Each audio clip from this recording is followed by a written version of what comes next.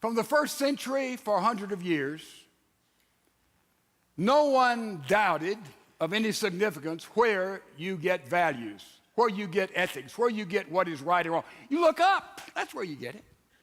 You look up to God. You look up to transcendence because values were absolute. Now, people did not follow them perfectly. There was some little minor debate, but nobody of significance really doubted where the source of values were. What was right and what was wrong, that was not in the discussion. The Jews looked to the Old Testament, the Torah, there's values. Christians looked to the New Testament and the early church, taught by Jesus, Paul and Peter, etc. There is values.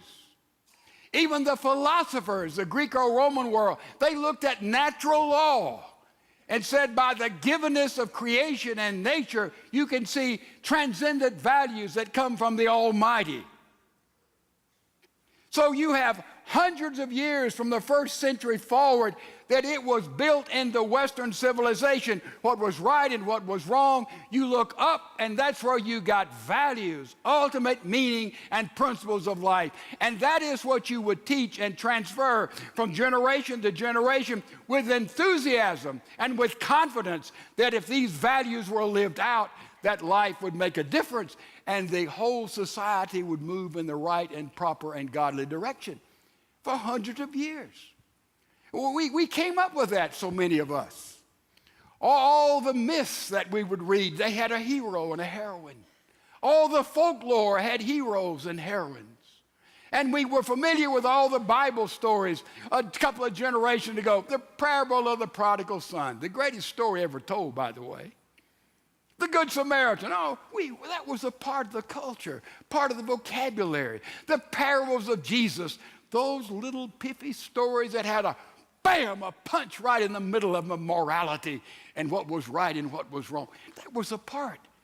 What we read, our parents would read nursery rhymes to us. They had moral principles. We had heroes and we had heroines. And a lot of them were biblical, in Moses and Joseph. And same, we would read these, and that was a part. It was inculcated, it was taught, it was passed on. That was the culture for hundreds and hundreds of years in Western civilization until the 18th century. The so-called Enlightenment. When there were a group of scholars who said, you do not get values by looking up. That's not where you get values. You get values by looking within. Let me present three of these scholars. Listen carefully. Immanuel Kant. Immanuel Kant said, you don't look up, you look within, and you decide what is right and what is wrong, what your ethics are, what you do and what you do not do, by looking to your mind. You can figure it out. You're a human being. Just think it through. Look all the premises down. You can decide and you'll come out right every single time if you simply use your mind. Look to your mind.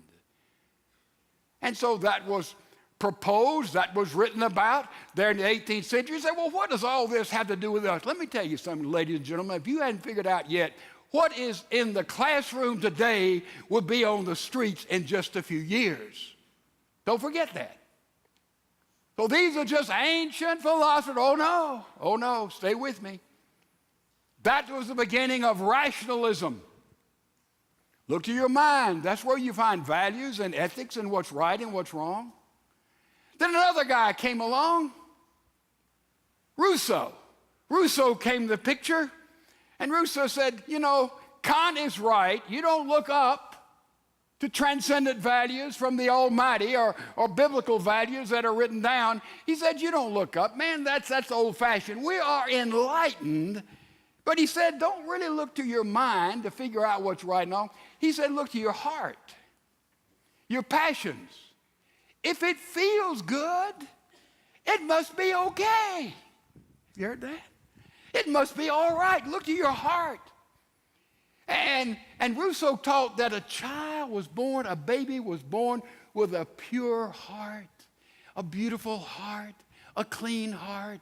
And parents and others that try to influence that child, corrupt that child, just let that child express themselves all the way through the years, all the way through, and just let them go the way they want to go, using their emotions and their feelings and their heart, and it will be a pure rose that will be formed, a beautiful life.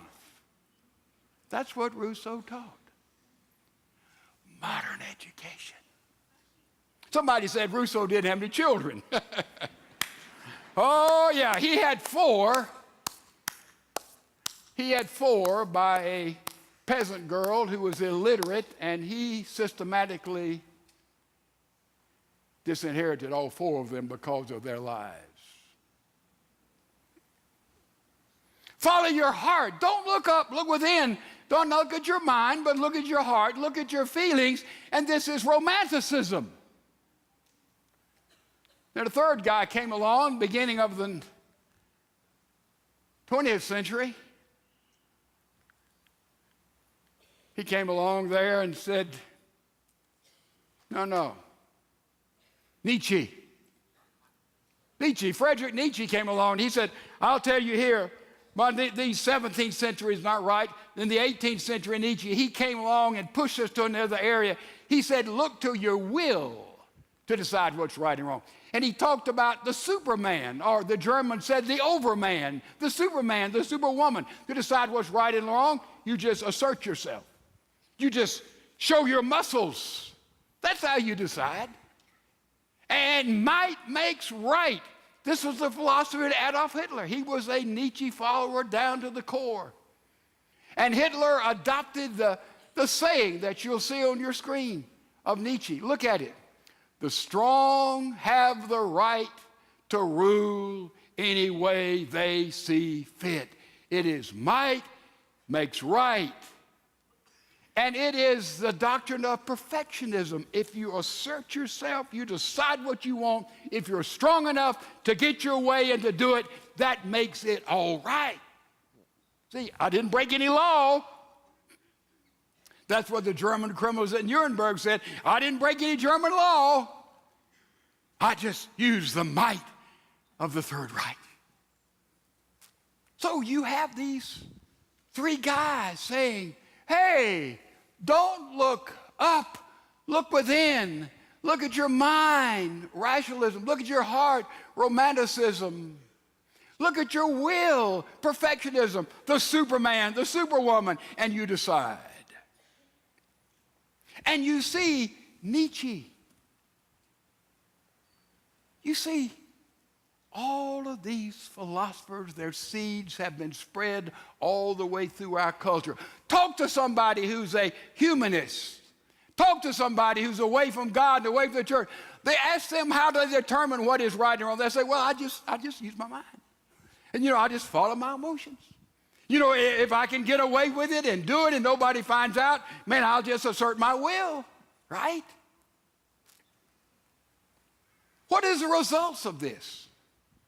I don't know about you, but my moral compass is broken. I will confess that to you.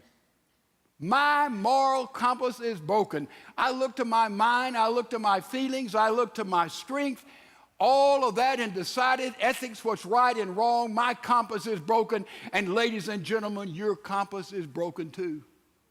And the compass of America is broken too. And we are in a catastrophic mess. You see the erosion of adopting portions of this kind of thinking that's taught in our colleges and universities and some high schools all across America. It has come down to us today, and we see the rationale of where we are in our culture, in our America. It comes right down to this.